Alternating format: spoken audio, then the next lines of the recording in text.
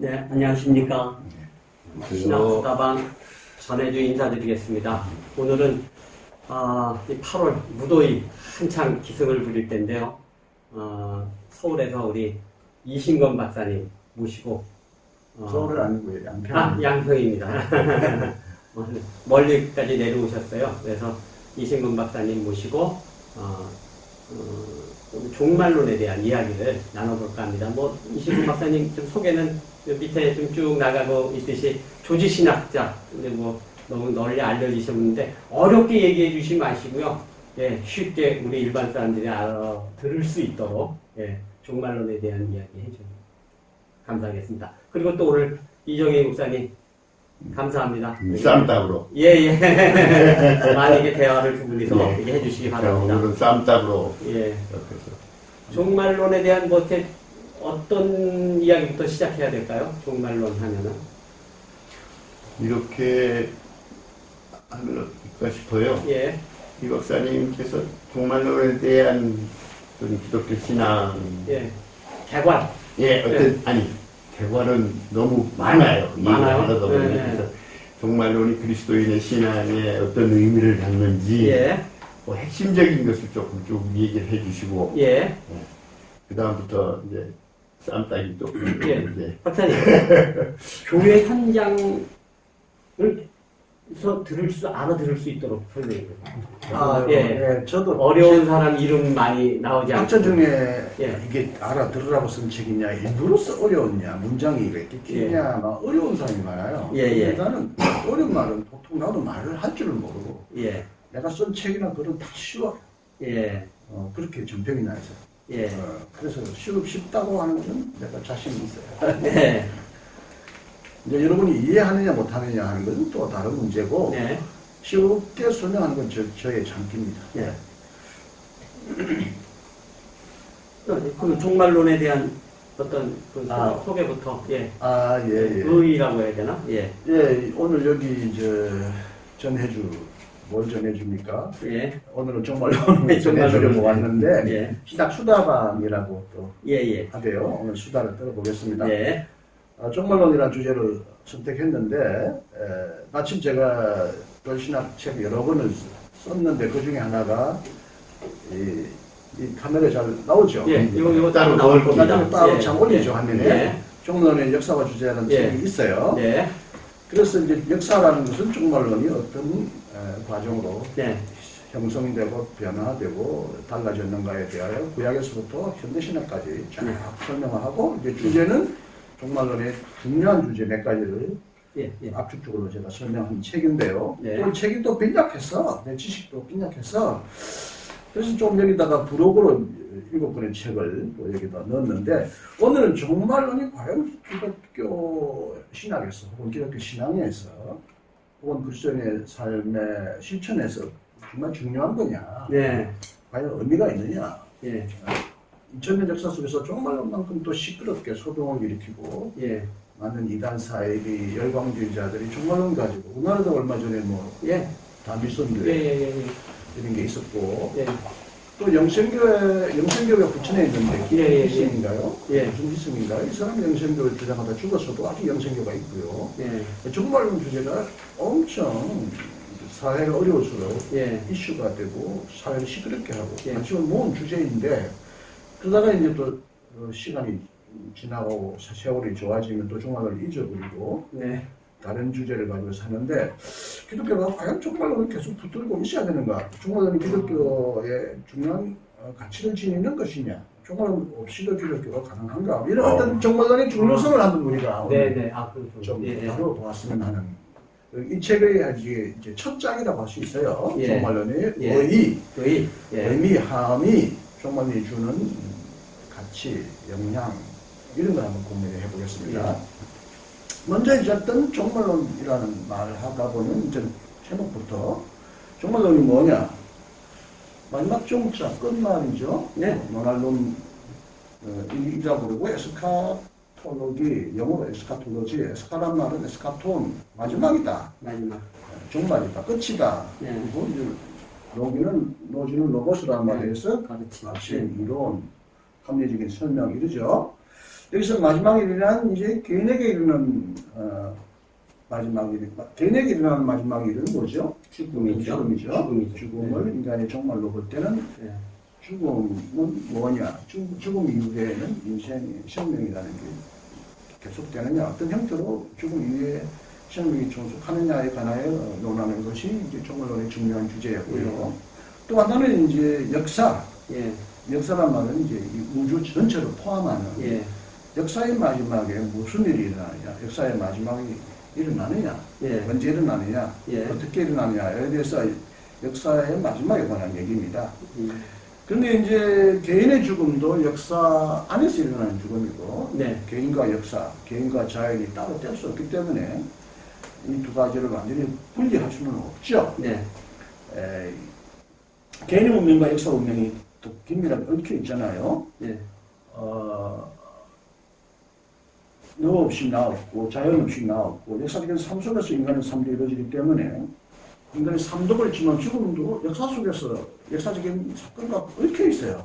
자연스럽게 살다가 자연스럽게 죽는 사람도 있지만 주로 이제 전쟁이나 재난이나 네. 어떤 뭐 살인이나 이런 걸 네. 통해서 어떤 구조적인 상황에서 인간은 대부분 죽음을 당하잖아요. 네. 지금 우리 코로나 때문에 네. 많은 사람이 죽는데 내가 죽고 싶어서 죽는 건 아니고 네. 자연스럽게 오래 살고 싶었는데 느닷없이 네. 코로나가 우리에게 닥치잖아요. 네. 또 코로나가 닥쳤지만 사실은 죽은 숫자나 감염 숫자를 보면 독감보다 못하다 그래요. 네. 그런데 독감은 그렇게 이렇게 막 셧다운 안 하는데 왜 이것만 그러느냐. 실제로 네. 독감으로 더 많은 사람이 죽었어요. 네. 코로나 때문에 지금 오히려 독감으로 죽는 사람보다 숫자가 줄어들었대요. 네.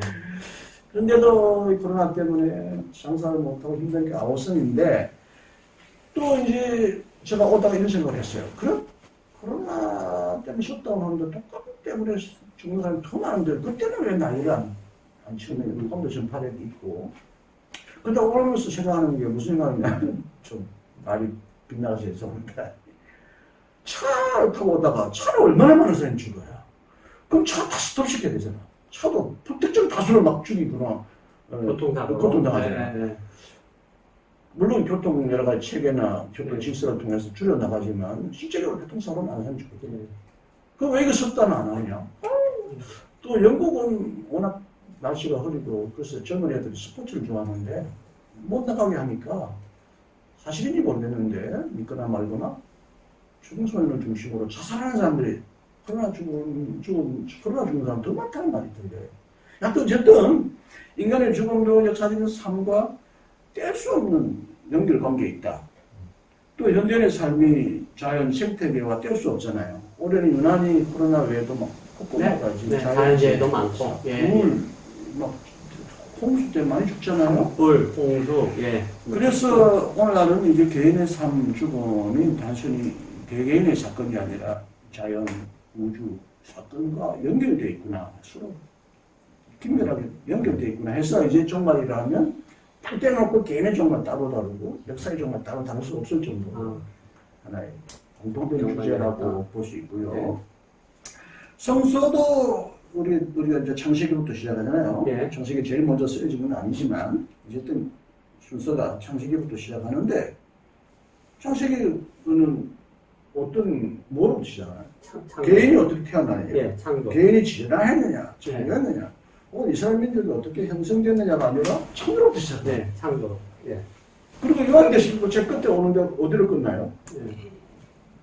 또 새 창조, 예, 새 하늘, 예, 새 하늘. 창조로부터 창조안에 끝나는데 예. 그 안에 뭐 개인이 일어나고 태어나고 죽고 타락하고 이스라엘 백성을 뭐 선택하고 해서 창조라는 거대 구조 안에 개개인이 살고 또 집단적으로 뭐 백성이 형성되고 흩어지고 망하고 이렇기 때문에 개인의 삶과 죽음만이 주제가 될 수는 없다. 정말로. 그래서 처음부터는 아니었지만 성서도 이제는 역사의 정말 인류의 마지막에 대하여 관심을 갖고 그거를 향하여 성서는 계속 달려나가고 있다. 그런 의미에서 이제 어쨌든 개인과 긴밀하게 연결되어 있는 자연 역사의 마지막 종말을 다루는 것이 일단 종말론이다. 종말론이라는 말을 설명을 그렇게 드립니다. 네. 이 내용을, 이 방송을 대부분 평신도들이 듣는다고 그러시는데, 예. 쉽게 설명이 됐나요? 네. 그래서 좀 보충 질문해 주시면, 혹은 보충으로 못한 말을 보충해 주셔도 좋고. 그러면 제가 좀 듣기로는 개인의 끝은 종말은 죽음이라면, 그 인류나 지금 말씀하신 뭐 역사의 그 종말은 어떤 새로운 목표, 뭐 이렇게 봐야 되나요? 목표? 새창조? 그거를 염두에 두시고 하시는 말씀이세요? 우리 기독교적으로 보면 일반적인 종말론은 네. 마지막에 목표가, 이 역사가 목표가 있는지 없는지는 일반적으로 보면 네. 두 가지 세계관이 있죠. 우주관. 처음과 끝이 있다는 직선적인 세계관도 있고, 세상은 뭐 처음이 어디 있어? 끝이 없어. 나고 죽음이 없다. 그런 식으로, 혹은 순환한다라는 것이 있는데, 적어도 기독교적인 세계관은 처음이 있었다면 끝이 있다. 예. 끝이 도대체 언제 오느냐, 끝이 뭐 어떻게 이루어지느냐에 대한 관심을 갖게 되는 거죠. 그게 개인적인 사건만은 아니라는 그렇죠. 그런 거죠. 네. 네. 네. 앞부분에 이 얘기를 조금 더 듣고 예. 그쪽으로 아마 가야 되지 않을까 싶거든요. 예. 이렇게 말씀을 조금 더 정리를 조금 더. 네, 이거는 이제 도입 부분에 예. 종말론이라는 게 뭐냐? 예. 종말에 관한 가르침이다. 예. 종말이라는 것은 개인의 종말만이 아니다. 그것도 중요하죠. 예. 내가 죽으면 뭐 세상이 있으나 없으나 무슨 상관이 있어요? 어떻게 보면 내가 없으면 하나님도 의미가 없고 세상도 상관없어요.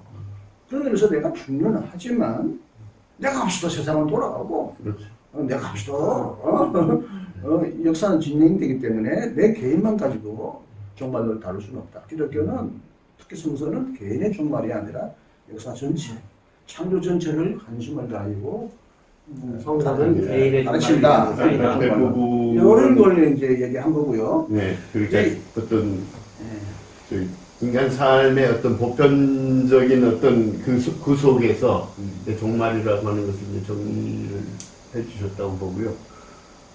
그러면 기독교가 얘기하는 어떤 종말론, 그것이 어떤 기독교의 독특성 쪽으로 조금 좀 정리를 조금. 네, 그래서 이제 강론, 종말론의 각 주제를 깊이 다루기보다는 이제 다시 제가 여기 이 책에서 이 책을 이제 이 흐름을 따라서 설명하고 싶습니다. 네.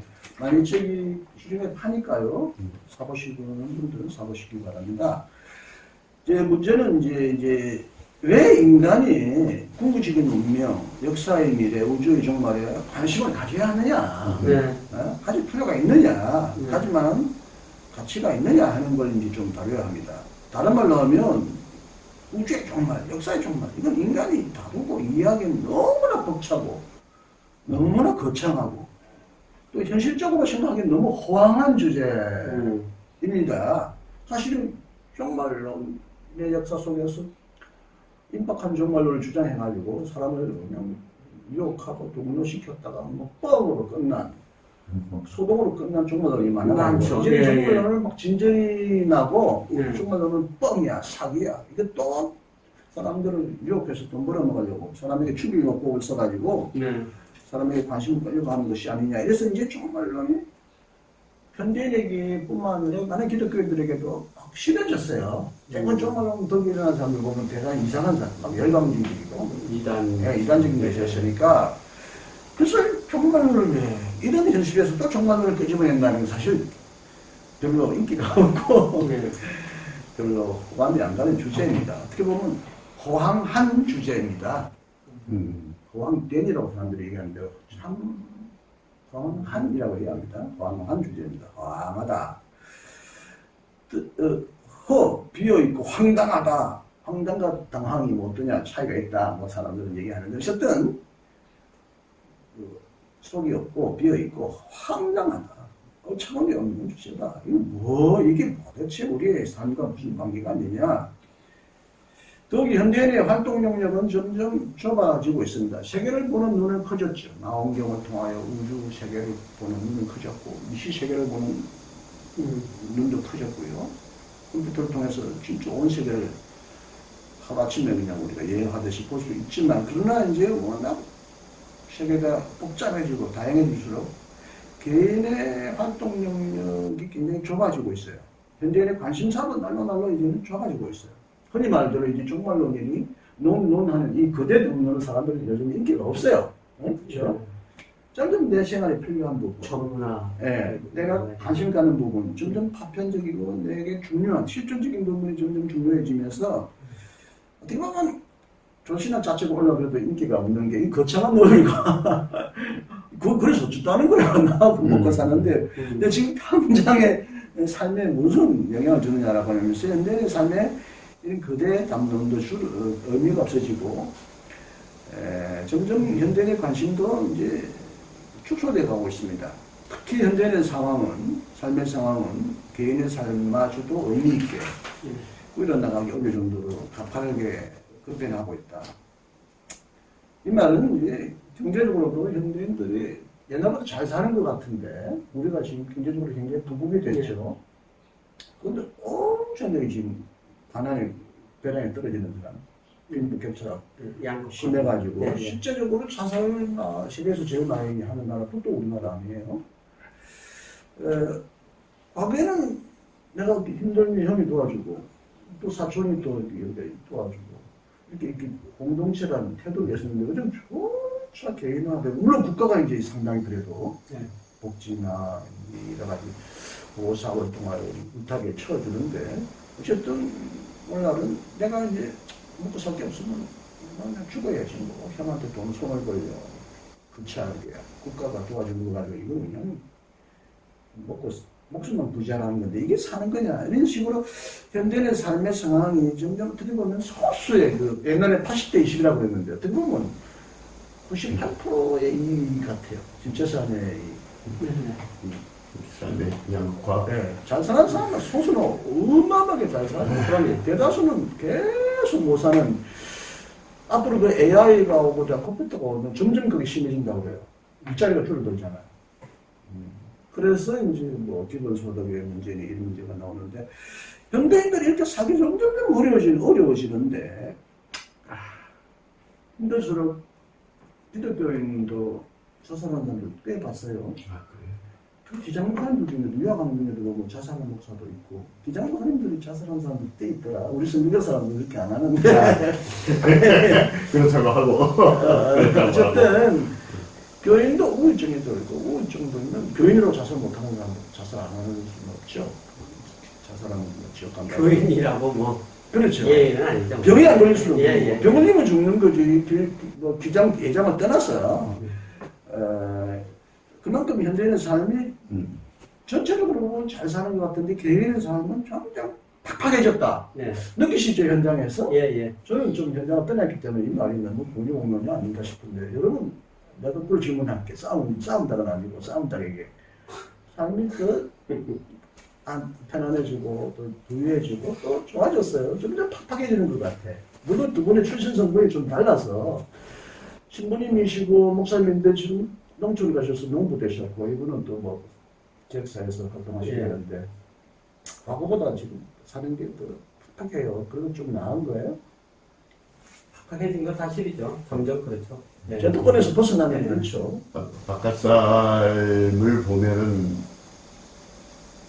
그것이 어떤 질문인지 알고 내 개인적인 삶을 돌아보면 그저 그래요. 그렇죠. 비껴 있었다고 그러셨잖아요, 목사님. 그러니까 비껴 있었습니다. 내가 관심을 갖는 그런 사회적 현실하고 내가 좀 구체적으로 뭐 이제 그렇게 생각을 할 때 참 누추하다. 그 정도 누추하다. 뭐 그냥 소박하게 사는데 어때서 배고픈 건 아니고 어차피 그래서 그래요. 근데 우리 삶이 그러한데 아니 그러니까 두 분 다 어쨌든 목회자이셔 뭐 그랬는데 한 몇십 년 만에 목회자는 살 만큼 괜찮았어요. 어쨌든 어떤 이유든 간에 지금 뭐 교회가 너무 많아지고 교세가 줄어들고 조기 은퇴하고 또 교회 중에 대부분의 교인들 교회가 미자립 교회고 생활 기본 생활 이하의 상이니까 거기다 코로나까지 와서 정말 팍팍해지고 있는 건 사실이에요. 소수는 잘 좋다 날로 뭐 땅값도 오르고 아파트값도 오르고 그래서 잘 살지만 대부분 삶은 팍팍해졌다. 그래서 예. 우리나라 이제 헬조선이라는 말이 나오는 것도 예. 우리 세대는 갈수록 점점 좋아지고 잘 살았다는 느낌을 받는데 우리 자식들은 당분 이래 처음으로 갈수록 힘들어지는 그리고 못 살게 되는 세상이 되었다. 이래서 뭐 헬조선이라는 말이 나왔는데 하여튼 제가 말하고자 싶은 거는 이런 점점 팍팍해지는 이제는 이제 기후도 그렇고 막 감염도 그렇고 살아가기가 점점 힘들어진다는 느낌을 우리가 갖는다. 이런 사회 속에서 종말론을 논한다는 게 얼마나 배부른 사람의 한간 국립공론이냐 얼마나 웃기느냐 이런 이제 질문을 우리가 할 수밖에 없어요. 종말론은 다르다 보면 충분히 뭐 과거의 역사에 미래의 역사가 어떻게 되든 지금 내 현재 삶도 살아가기 힘든데 뭐 그런 걸 관심 갖게 하느냐 이게 정말 배부른 학자의 사변이 아닌가 이런 질문을 할 수가 있어요. 할 수 있으면 하시기 바랍니다. 그런데 이런 팍팍한 상황에서 연약하고 불쌍하고 혹은 또 뭐 이런 표현을 쓰셨는데 왜 쓰셨는지 정확하게 모르겠으면 누추한 개인이 어떻게 역사의 미래를 조망하고 전망하고 준비하고 평가하고 또 역사가 다가올 미래에 대해서 대비할 수 있겠느냐.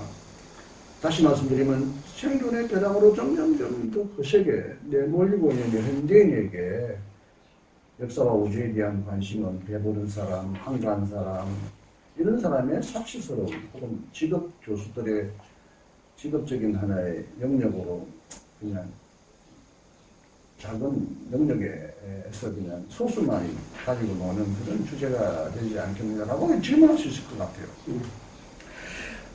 아까 방금 말했지만 삶과 역사, 우주에 대한 현대인의 그 시야는 넓어졌어요.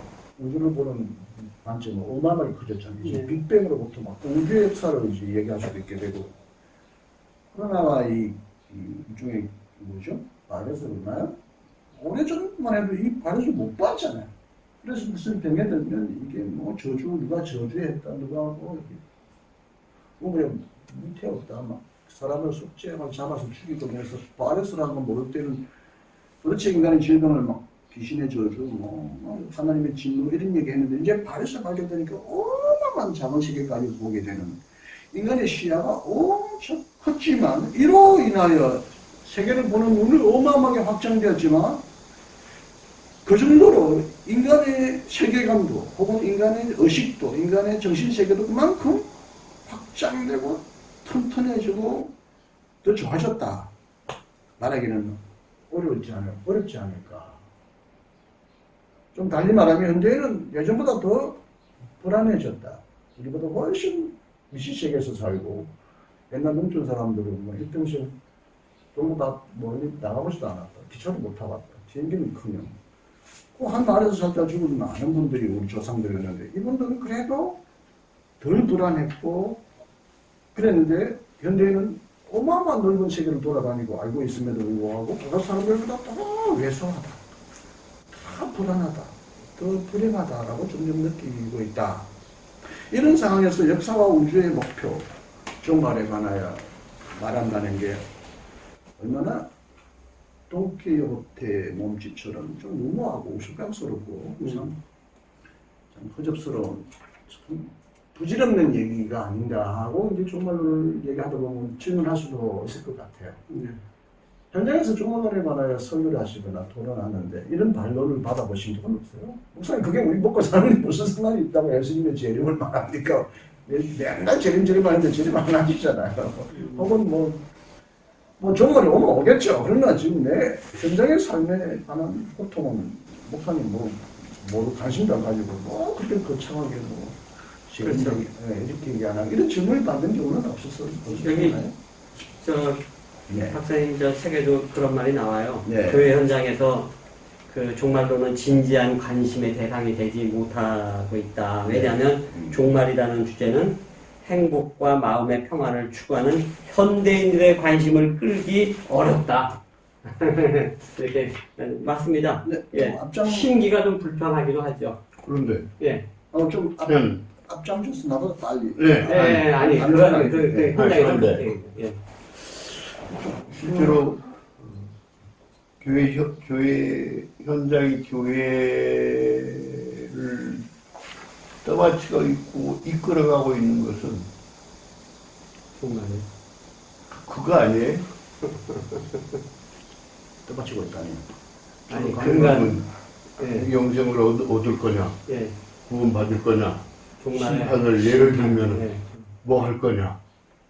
이런 것의 키워드는 그걸 종말이라고 하는 종말 이것으로 얘기는 하지 않지만 그 핵심 키워드는 사실은 그거 아니에요? 현재 교회를 떠받치고 있는 게? 그런가요? 몰라요. 다음에 곧 얘기하겠지만 정말은 언제 이루어질지도 모르는 막연한 미래의 일인 것 같고 물론 불안한 개인은 교통사고나 코로나 같은 경우도 죽을 수 있고 또 장례식 때 목사님은 죽음과 영생을 설교를 하죠. 예.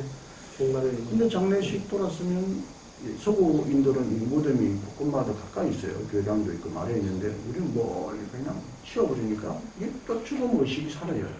살아있다는 의식 때문에 죽음에 대한 관심을 안 가지는데 여하튼 교회는 이제 우주의 종말이나 재림 이야기는 자꾸 이제 사회비가 나오면서 그런 얘기는 덜 하지 않나요? 그럼 이제 개인의 종말은 얘기하겠죠. 사람은 죽지 않느냐. 아무리 잘 살아도 죽는 뻔한데 그럼 죽음 후에는 심판이 있다.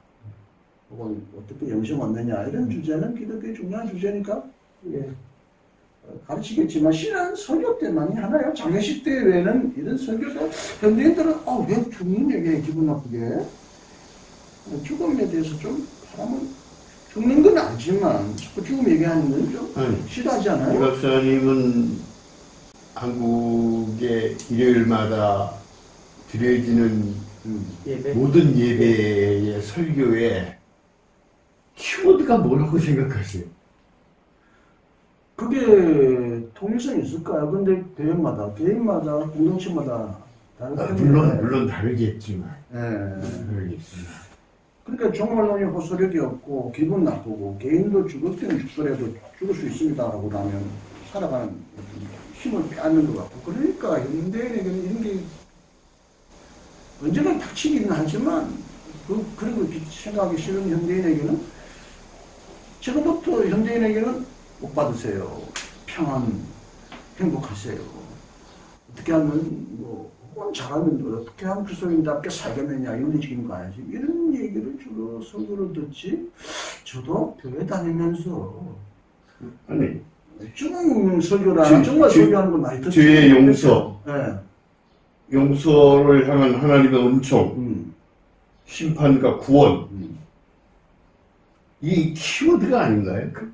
기도였고 네. 기도였는데 그거 제가 부인하는 건 아닌데 네. 현실적으로 회중이나 교인들은 그런 소리에 관심이 없다. 먹고 살고 현시세 문제 축복, 은혜 이런 거에 또 목사님들 그러니까 점점 그런 주제는 기피하고 현대인들이 듣기 좋아하는 현실적인 그런 얘기를 더 하게 되지 않았나 이런 생각을 많이 해요.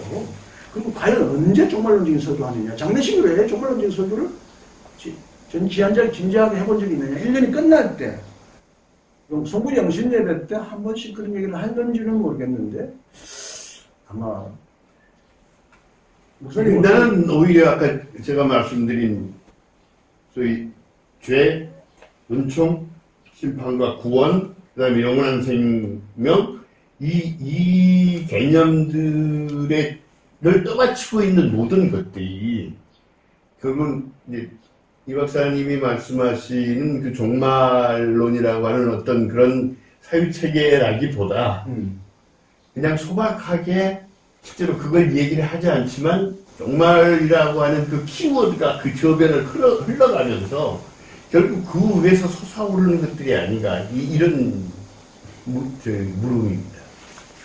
그래서 오히려 실제 교회가 움직이고 있는 모든 베이스에는 그것이 있는 게 아닌가. 있는 거냐 있어야 한다는 당이 있냐 실제적으로 있다는 말이냐 제가 이렇게 고민하자는 거죠. 과연 그러냐 현장에서 목사님이 아니 오히려 난 전 신부님한테 묻고 싶어요. 많은 교회를 다녀보지는 않았지만 저도 잘 몰라요. 아니 현장에서 이게 목회 현장에서 뭔가를 그 베이스에는 네. 맞아요. 베이스에는 그런데 네. 실제로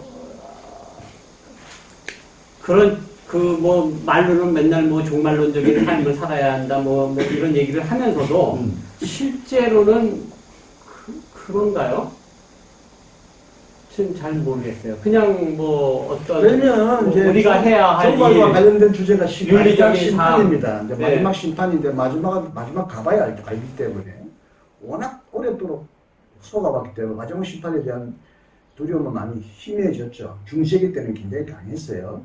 그럼에도 불구하고 심판이라는 주제는 살아있지만 그런 것보다는 현장에서 이제 대전환이 닥칠 때 김홍도 목사나 보수지 목사는 이거 완전히 하나님 안 믿고 유행 주일날 놀러 가서 뭐 쓰나미가 왔다, 뭐 태풍이 왔다 이런 사람들이 있는데 많은 사람들은 그게 얼마나 많은 그리스도인들도 있는데 이게 심판 사상이 현대인들이 많이 약화됐어요. 아니 심판이 정확하게 안 일어나는 거예요. 선악을 구분하기도 어렵지만 내가 또 하나 그 코비드 잠깐만 이제 코로나 그 말씀을 하셨는데 내가 참 의아한 게 우리가 그 경험에 의하면은 지금쯤 이게 하나님의 심판이라고 어떤 목사님들은 알았을 텐데 모르겠어요. 이게 실제로 교회 현실에서 어떤지는 모르겠고 왜 이 얘기가 잠잠할까 이렇게 얘기를 안 할까? 아니 했어요 초기에는 그런 분들이 많았어요. 아 그래요? 네. 그렇게 말하는 분이 또 코로나 걸려서 죽은 목사도 있어요. 그럼 자기도 심판받았는데 유튜브에도 있어요. 아하. 그리고 미국의 그 유명한 파이프 목사인가 그 사람도 하나님의 심판가라고 했는데 오늘 많은 목사들도 교인들이 콧방귀를 켜요. 우리 끼고 있다. 그럼 뭐 얼마나 기독교인들도 그런 죽었는데 그걸 심판이냐. 지금 아파하는 사람은 위로하고 동정하고 그와 함께 아파하지 못할지언정 그게 심판이라고 그래? 오히려 지금 상당히 저도 그 유튜브에 그걸 다뤘는데 근데 아까만 심판했다는 그 목사가 걸려서 죽었어요. 자기도 심판받을 수도 있죠. 그런데 심판 사상이 많이 약해졌다고요. 현대인에게. 또 하나는 아까 말한 그럼에도 불구하고 죽지 않느냐. 죽음 후에는 영생이 있다. 내세가 있지 않느냐라고 하는 것이 기독교의 중요한 하나의 이제 약발 먹히는 주제였는데 최근에 이제 어떤 서신도 후배 교수가 태국에 올렸어 어저께. 미국 사람들에게 설문조사해 보니까 압도적으로 다수가 내세를 안 믿는다. 사후의 영생을 안 믿는다는 점점점 많은 사람들이. 이제 그게 과학적인 세계관에 의하여 그게 점점점 이제 희미해지는 것과 굉장히 이제 내세 사는 것이 뭐 중요하냐. 있든 없든 그게 뭐 의미냐. 오늘의 삶. 내가 오늘 여기서 열심히 잘 살고 행복하게 살면 영생이 있든 없든 그게 연결되는 거지. 이거 무관하게 무슨 갑자기 예수만 믿으면 막 영생하고 천당 가느냐. 이게 뭔 의미가 있냐. 그래서 많은 사람들이 내세에 대한 관심을 안 가지게 됐고 또 그것에 대해서 점점 불신하게 되고 현실의 삶에 더 많은 사람들이 아까 말한 더 현실의 삶이 먹고 살기 힘드니까 그렇겠지요. 그래서 현대인도 그렇고 그리스도인들에게도 점점 내세에 대한 관심, 심판에 대한 관심이 많이 희미해졌다고 보는데요. 박사님, 맞아요. 저도 동감합니다. 그 내세에 대한 그런 믿음이라든가 영생에 대한 믿음, 그게 많이 희박해지고 그렇게 믿지 않는 교인들 많고요. 예. 그렇다면 현세를 어떻게 잘 살아야 되는 것과 종말론은 무슨 관계가 죠? 종말론이 어떤 의의가 있는 거죠? 어떤 위치에 있는 거죠? 이제 그걸 이제 끌어내려고 이제 그 다음에 제가 그 얘기를 할 겁니다. 그쪽으로 조금 점프해서 가요. 어쨌든 종말론이 뭐냐? 종말론이 뭔 우리의 삶의 의미가 있느냐? 또 오늘날 현대인들에게는 종말에 대한 의식이나 영생, 내세에 대한 의식이 약화되었다. 이런 속에서도 굳이 내가 종말론이라는 책을 썼기 때문에 그래도 그럼 종말론이라는 게 이제 의미가 있다는 걸 내가 어떻게 보면 강변해야 되잖아요. 이제 해야 하는 순서에 속하였습니다. 그래도 역사, 인생의 종말, 의미, 인생의 목표에 대해서 우리가 관심을 갖는 게 중요하지 않느냐. 중요해야 한다는 단계가 아니라 중요할 수밖에 없다. 이게 단순히 현란한 논리를 적이고 학문적인 업적을 쌓아야 하는 학자들이 한가한 사람들의 어떤 취미나 직업으로서 다루는 것이고 대부분의 대중들에게는 관심 없는 주제가 아니다. 그래서는 안 된다. 이제 제가 이제 다른 비유를 씁니다. 비록 인간은 역사의 거대한 탕류에 휩쓸려 떠밀려가는 작은 지푸라기처럼 매우 무력하지만 쓰나미 오거나 이번에 중국에도 그렇고 우리나라도 저도 남한강 앞에 살고 있습니다만 막 비가 많이 올 때는 어마어마하게 많은 것들이 막 떠내려갑니다. 인간은 마치 거대한 강 속에 작은 지푸라기처럼 연약하고 떠밀려가는 약간 갈대와 같은 존재잖아요. 실제로 막 물이 밀려나면 진짜 갈대와 같은 막 풀이 막 떠밀려갑니다. 인간이 얼마나 연약하고 무력한 존재냐. 그렇다고 해서 인간은 그냥 세월에 떠밀려가는 연약한 것이다. 이 탕류의 방향과 목표를 우리가 어떻게 하느냐. 갈대 같은 사람이 그냥 떠밀려갈 뿐이지. 그냥 떠밀려가는 대로 세상 풍조대로 사는 거야 라고 말할 수는 없는 것. 그래도 인간은 파스칼은 흔히 인간의 갈대를 비교했는데 인간은 생각하는 갈대다. 그래도 생각하는 이 우주에서 생각하는 존재는 인간밖에 없지 않느냐. 그래서 이제 인간은 무한히 낮게 평가하지만 그래도 인간은 이 우주에서 가장 생각을 하는 존재다라고 이렇게 얘기했는데 결코 인간은 아무런 힘도 없이 그냥 떠밀려만 가는 갈대는 아니다. 응? 비록 새로운 문제와 혹독한 시련이 인간을 늘 괴롭혀왔지만 인간은 내가 왜 태어났어? 내가 어떻게 살아야 돼? 어떻게 죽어야 돼? 역사는 도대체 어떻게 흘러가는 거야? 그냥 역사라는 게 방향이 있어? 돌고 도는 거야. 역사의 의미가 뭐냐? 이것을 끊임없이 인간이 반성하고 생각해왔다. 그리고 역사의 흐름을 막 무모하지만 어떤 때는 막 혁명적으로 막 되돌리려고 막 노력해왔던 역사가 또 인류의 역사이죠. 예. 인간의 위대성은 바로 이 점에 있고 문명의 진보와 발전도 바로 이런 일을 위하여 크게 기여해왔다고 봅니다. 더욱이 제가 요즘에 이제 비유를 들면 이 스마트폰을 가지고 비유를 드는데 이제 내비게이션, 저도 오다가 내비게이션이 없으면 옛날에 찾아오기 힘들었어요. 지금 보다가 잘못 가면 내려서 여기가 어디입니까? 어디로 가야 뭐 감리교가 나옵니까? 알려주는데 저기로 가시고 저기로 가다 보면 다른 데로 가요. 이렇게 옛날에는 혼란스러웠는데 이 내비게이션이 나와가지고 굉장히 가끔은 이제 좀 잘못 인도할 수가 있는데 하늘에 떠 있는 이 위성이 여러 위성이 내비게이션은 한대 돼요. 지금 미국에 군사 위성을 쓴다고 그러대요. 이제 중국은 자기 위성을 지금 만들어서 쓴다고 그러고, 우리도 언젠가 위성을 많이 띄우면 우리가 띄운 위성으로 이제 우리를 볼 수 있을 것 같아요. 처음에는 왜 이걸 공짜로 허락하는지, 미국에 무슨 이익이 있어서 그랬는지, 이런 뭐 관심 가졌지만 자원이 너무 고맙잖아요. 하늘에 있는 위성이 자동차의 위치를 파악하고 이렇게 방향을 인도하듯이, 이제 우리 기독교인에게는 하늘에 계신 하나님, 하늘에 계시다는 말은 물론 뭐 지금 우주 바깥 계시다는 뜻은 아니지만 어쨌든 우리가 살고 있는 이 물리적 공간을 초월하여 혹은 편재하시고 높이 계신 하나님이 이 연약한 우리에게 뭔가 안테나를 우리가 달면 미래를 향하여 이렇게 가라, 이렇게 가라라고 지시하고 나갈 길을 인도해주는 내비게이션이란 말이 원래 항해죠. 우리의 갈 길, 파도가 심하고 어디 갈지 몰라. 칠흑과 같은 어둠 속에서 등대나 안 보이고 내가 지금 앞으로까지 들어가는지 모르는 그런 캄캄한 밤에 마치 우리의 꿈속에, 우리의 생각 속에 혹은 성서 말씀 속에서 영상은 이렇게 흐른다. 난 앞으로 이렇게 가야 돼. 이렇게 가는 것이 사는 길이야. 행복한 길이라고 믿는다면 살아계신 하나님이 계시고 우리를 인도하고 있다. 우리의 목표를 향하여 우리를 인도하고 믿는, 이게 이제 기독교 신앙의 굉장히 중요한 주제죠. 정말보다 더 중요한 주제죠. 하나님 살아계신다. 섭리라는 건 이제 우리를 인도하신다는 뜻인데, 섭리라는 말 쓰시죠. 많이 쓰죠. 현대인은 섭리라는 말 못 알아듣죠. 이거 기독교 교회의 언어가 되었어요. 세상 사람들이 알아듣시는 말로 표현하기 어려운 게 섭리예요. 많이 쓰죠. 근데 풀이해 주신 섭리, 영어로 한자로 보면 손수의 기가 세 개예요. 근데 우편 찾아보면 뭐 섭리할섭 이렇게 돼 있어요. 웃겨요.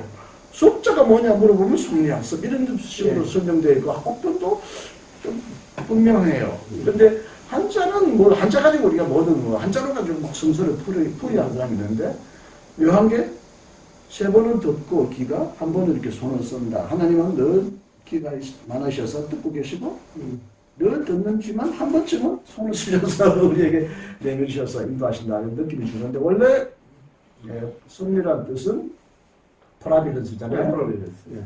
프라비던스의 어원은 프로비데오인데 미리 앞으로 보고 있다. 근데 앞으로 미리 본다는 말이 아니라 이게 어원이 이제 아브라함이 아들을 바쳐라 그랬을 때 하나님이 아들을 죽이라고 한 것은 죽이라는 뜻이 아니라 믿음을 떠보는 거다. 그래서 다른 바칠 염소요 양을 준비해 주셨죠. 미리 내다보고 미리 준비하신다. 미리 내다보고 미리 내다보고 계신다. 그래서 프로비데오.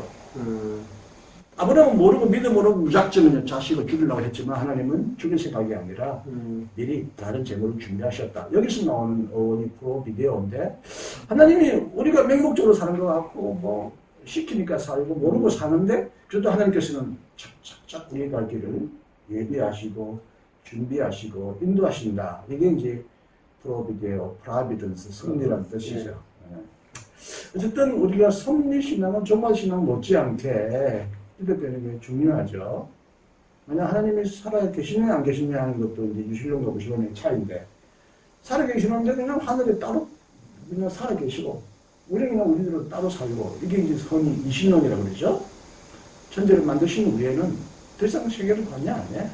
시계처럼 착착착착 정교하게 팍 돌아가도록 만들었기 때문에 하나님이 개입할 이유가 없어요. 이게 이제 아인슈타인이나 호킹과 같은 사람들이 그래서 기적을 믿지 않고 섭리를 안 믿었죠. 처음에는 하나님이 뭐 있다면 만들었을 수도 있어. 빵. 근데 이 우주는 너무나 정교하게 만들어서 그 자체로 돌아가기 때문에 시계를 우리가 고장나지 않으면 착착착 돌아가지 일일이 시계를 다 간섭하고 개입하지 않는 개입 안 하잖아요. 그러나 기독교는 흔히 이걸 이신론이라고 그러는데 아테이즘이죠. 그건 반신이. 네. 근데 저도 신을 믿는 한 우리를 알고 계시고 섭리하시고 우리와 함께 동행하시고 인도하신다는 게 기독교 신앙의 핵심이잖아요. 한번 크게 보면 종말론이 도대체 먹고 삶과 무관하다. 현대인은 종말에 대한 관심이 점점 희박해지고 의미를 잃어가고 있는데 그럼에도 불구하고 그렇다고 해서 우리가 살아계신 하나님을 믿고 그 살아계신 하나님이 우리의 삶을 인도하시고 미래를 향하여 목표를 향하여 인도하고 있다고 믿는다면 아직 내리기는 희망을 품고 사실 기독교 종말론은 어떻게 보면 희망론입니다. 희망의 신학 뭐 뚱한 얘기도 나오겠지만 희망이 있으니까 인간은 살아가니까 희망이 없으면 죽잖아요. 절망하잖아요. 그런 의미에서 종말론은 희망론으로서 우리 한 걸음 한 걸음 나갈 때 어떤 목표가 있고 갈 길이 있다는 것 그런 것을 의식하고 희망하는 한 종말론의 주제는 결코 우리와 무관하지 않다. 한가한 주제는 아니다. 기독교 신학의 중요한 주제였다. 그런 얘기를 하고 싶었던 거죠. 이제 그 말씀에 대한 저의 물음으로 이부를 시작해 보도록 그렇게 하죠. 네, 그럼 1부는 이걸로 마치고요. 2부에서는 이정희 목사님의 거기에 대한 물음을 하는 걸로 시작하도록 이번 시간은 이걸로 끝내도록 하겠습니다. 감사합니다. 감사합니다.